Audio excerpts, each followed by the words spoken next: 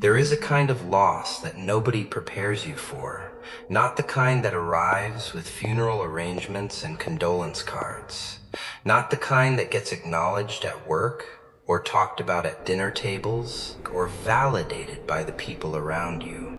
No, this is quieter than that, and in many ways, Dora, heavier. It is the loss of a lifelong friend.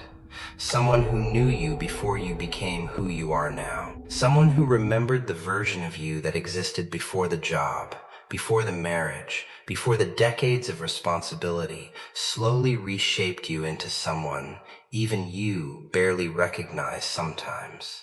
Someone who called you by a nickname nobody else uses anymore. Someone who knew the story without needing the background. And one day, they are gone. Not always through death, sometimes through silence, sometimes through distance that started small and grew into something nobody ever officially named, sometimes through a single conversation that went wrong and somehow never got repaired, sometimes through nothing dramatic at all, just life pulling two people in different directions until the space between them became too wide to cross comfortably. However it happened, the absence sits differently than other absences.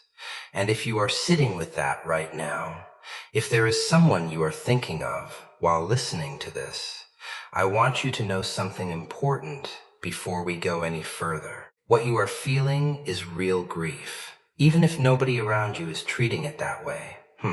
People talk about grief after losing a spouse, after losing a parent, after losing a child. Society has rituals for those losses, language for them, permission to fall apart over them. But losing a lifelong friend, there is no ritual for that. No bereavement leave, no casserole on the doorstep. No one sitting with you in the quiet afterward, making sure you are eating. You are simply expected to carry it, quietly, alongside everything else life is already asking of you. And because there is no formal acknowledgement of what you lost, many people spend years, sometimes decades, not fully understanding why they feel the way they feel after this kind of loss. They think, maybe I am overreacting. Maybe I should be over this by now. Maybe it is strange to still think about them this much. But here is what the research on friendship and grief actually tells us. Losing a close, long-term friend activates the same psychological grief responses as losing a family member. The same disruption to identity, the same search for meaning, the same physical symptoms, the heaviness in the chest, the distracted thinking, the moments where something funny happens and your first instinct is still to tell them, and then you remember there is nobody to tell. That moment, that small, ordinary moment of reaching for someone who is no longer reachable, that is one of the most quietly devastating experiences a human being can have. And it happens in the middle of completely normal days. Not just at funerals, not just in the first week of Lost Star, it happens for years, sometimes for the rest of your life. Here is something worth understanding about what a lifelong friend actually represents. Because this is the part nobody talks about.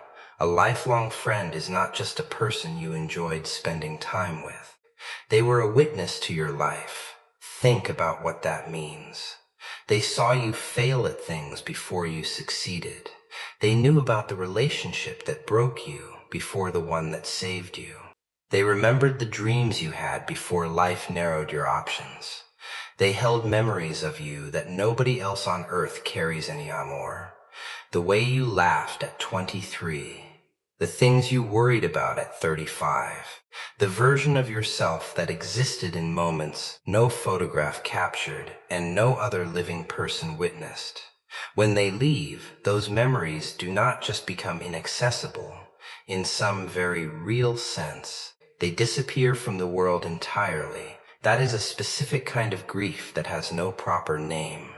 The grief of losing your witness. The grief of becoming slightly less known in the world because the person who knew you most completely is no longer here to hold that knowledge.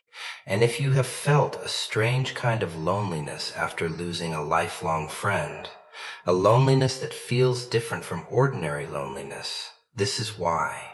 It is not just that you miss their company. It is that part of your story, part of your history, part of the evidence that your life happened the way it happened, left with them. Ha! People will say, at least you have the memories. And yes, the memories are real. The memories matter. But what people do not understand is that memories shared between two people feel different from memories carried alone.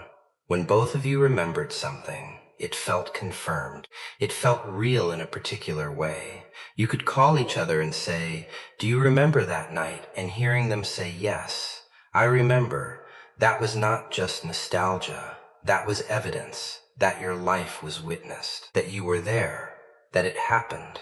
Without them, you carry those memories alone now. And memories carried alone feel different, lighter in a sad way, less anchored, like holding something precious that nobody else can see or touch or confirm. That shift is real, and it is worth grieving properly, not rushing past, not explaining away, grieving it properly. Now, here is something that genuinely helps. And I want to be honest with you about this, not give you the easy answers that sound good, but do not actually reach the wound. The first thing that helps is simply deronyming it, saying out loud, or even just to yourself quietly, in your own mind, "I lost someone important. This is a real loss. I am allowed to grieve this without apologizing for the size of my grief." That sounds simple, but for many people, especially those of a generation raised to push through and carry on quietly, simply giving themselves permission to grieve a friendship is the step that was never taken. And grief that is never acknowledged does not dissolve, it settles into a low-level sadness that becomes so familiar you stop noticing it is there, into a reluctance to let new people close, into a quiet belief, never quite examined, that deep friendship is something that belongs to the past now. It does not have to belong only to the past, but it takes acknowledging what was lost before you can begin deciding what comes next. The second thing that helps is resisting the urge to make the loss make sense too quickly. Human beings are meaning-making creatures. When something painful happens, the mind immediately starts working to construct an explanation that makes it feel manageable. They changed. We grew apart. It was just time. Friendships have seasons. And sometimes those things are true. But sometimes the rush to make sense of a loss is actually a way of avoiding the full weight of it, of skipping past the part where you simply sit with the fact that someone who mattered enormously is no longer in your life. Let yourself sit there for a while, not forever, but for long enough to honor what it actually was. A 40-year friendship does not need to be explained in a sentence. It deserves more than a tidy conclusion. Let it be as large as it was. The third thing, and this one is perhaps the most important of all, is understanding that grief for a lifelong friend is also grief for the version of yourself that existed inside that friendship. Every long relationship reflects a version of who we are back to us. And when the relationship ends, that particular reflection disappears. The you that existed in their eyes, the you they called by that nickname, the you they laughed with, the you they had history with, that version of you no longer has a witness, and that requires its own mourning, not the mourning of someone lost, but the mourning of a version of yourself that can no longer be seen. When you understand that, the depth of the grief starts to make more sense. You are not only losing a friend, you are losing a piece of your own story, a piece of the evidence of who you have been across the years of your life. That is enormous. It deserves to be treated as enormous. And finally, If you are still in contact with people who knew you both, people who share some portion of that history, lean into those connections now. Not to process the loss together necessarily, not to talk about it constantly, simply to be with people who hold some of the same memories, who were also witnesses, even partial ones, to chapters of your life that mattered. Because connection to shared history is one of the things that makes human beings feel most real to themselves, most confirmed in their own existence. And you deserve to feel that, even now, especially now. Here's the truth that takes the longest to arrive. You will not stop missing them. Not completely. Not after enough time has passed. Not after enough healing has happened. Some losses do not disappear. They simply find a different place to live inside you. Less sharp, but present. And eventually the presence of that loss stops feeling only like pain.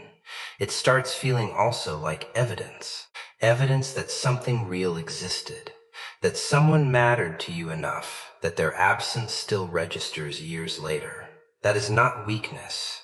That is the measure of what the friendship was. And maybe, just maybe, the fact that you still feel it is the most honest tribute you could offer to someone who spent a lifetime knowing you. The grief is real. The loss is real. And so is everything that came before it. Every laugh. Every silence, every ordinary afternoon that felt like nothing at the time, but that you would give almost anything to have back for 1 hour now. It was all real, and so are you, still here, still carrying it, still, in all the ways that matter, the person they knew.